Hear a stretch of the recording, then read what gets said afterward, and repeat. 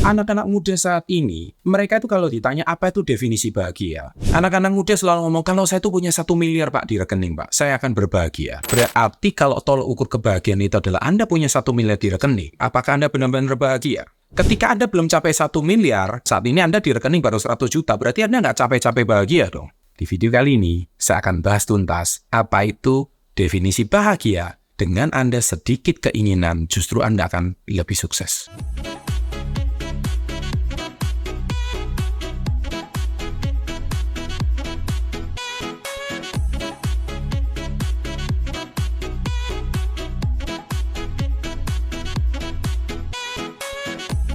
Welcome to Success Before 30, Business and Financial Mentoring.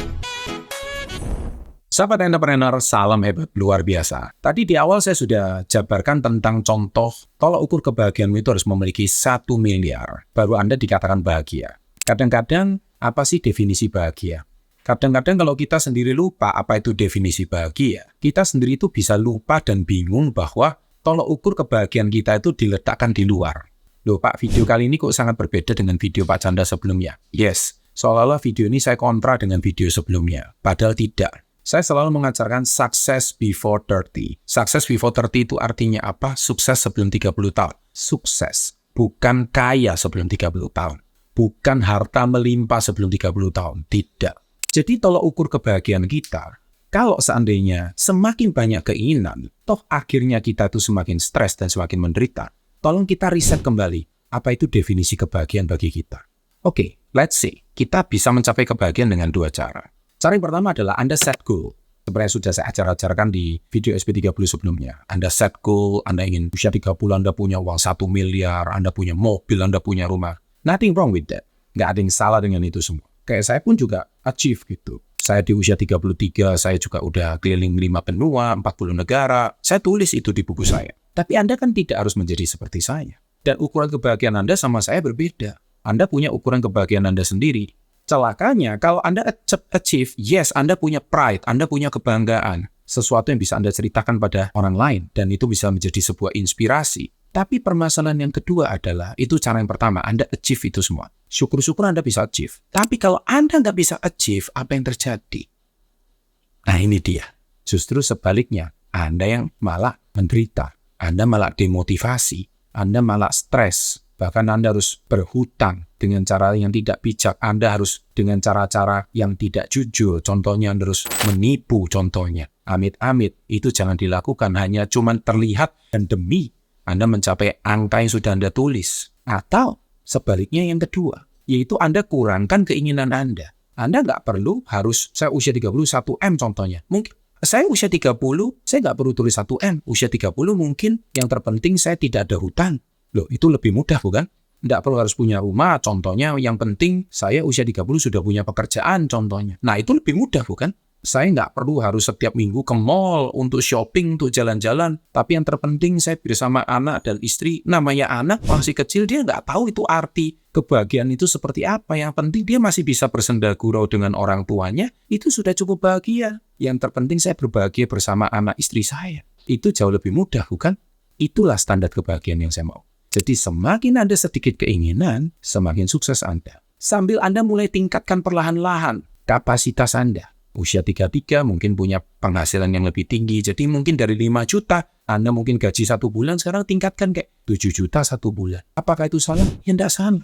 Tapi keinginan Anda dikurangi.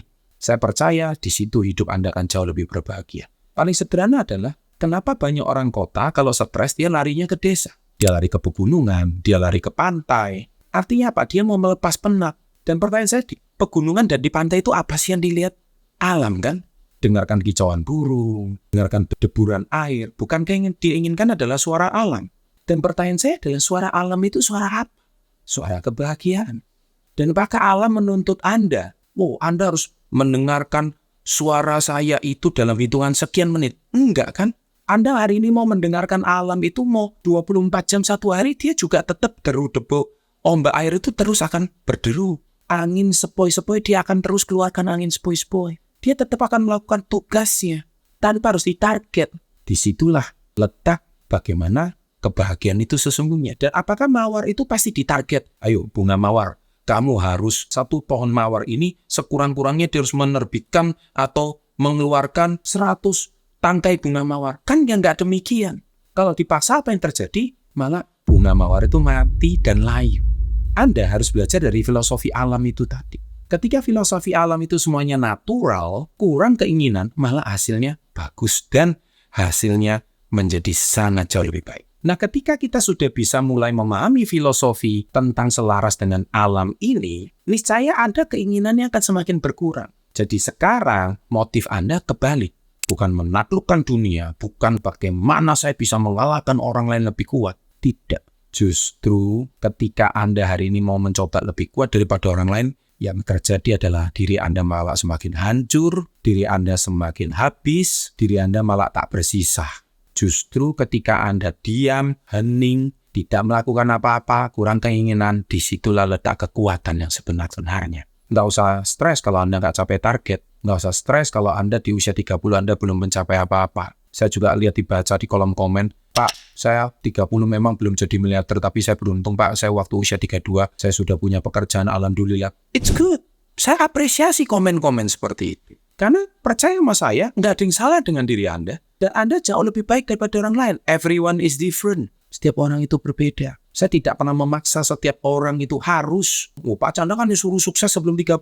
Hey, kalau Anda nonton channel saya Success Before 30 dan Anda belum baca buku Badai Pasti Berlalu, Anda lihat cover buku Badai Pasti Berlalu ini apa? Ombak badai tapi berlalu. Dan di situ itu artinya apa? Artinya ada matahari yang kembali bersinar. Lagi-lagi kalau badai mau berlalu, Anda harus mengurangkan keinginan Anda dan niscaya dalam hidup Anda itu ada badai yang pasti akan berlalu.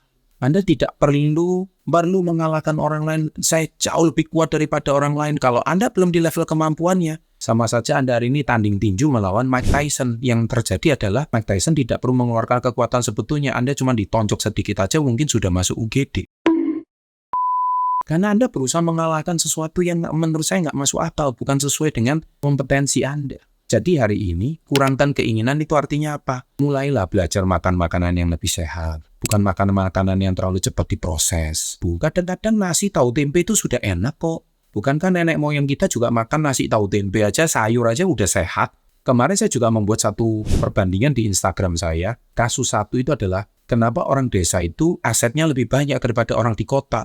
Orang desa itu kalau ada uang sedikit ditabung jadi sapi, ditabung jadi kambing. Seperti orang-orang tua zaman dahulu. Terutama di Pulau Jawa, asetnya malah banyak. Sawahnya di mana-mana, berlimpah ruah, aset sapi dan kambingnya bisa beranak pinak, dan semakin lama tabungannya semakin banyak. Sedangkan orang kota yang konon sekolahnya tinggi, lulusan S2, mengerti ilmu saham, mengerti ilmu obligasi, mengerti ilmu emas, ujung-ujung alih-alih 20 tahun kemudian malah nggak punya apa-apa. Di Jakarta rumah juga kagak punya, ngontrak terus 20 tahun, kalah dong sama yang di desa. Yang kayaknya nggak tahu apa-apa itu. Orang desa kurang keinginan, tapi justru hidupnya lebih sukses dan lebih makmur. Orang kota terlalu banyak keinginan. Alhasil nggak ada apapun yang dicapai. Tolong tulis di kolom komen, benar nggak statement saya ini? Paling bagus, rezekinya rezeki di kota, tapi gaya hidupnya seperti di desa. Pertanyaannya, apakah bisa? Selamat menerapkan ilmu ini, sukses untuk Anda. Salam dari saya, Chandra Buttanegara. Salam hebat, luar biasa.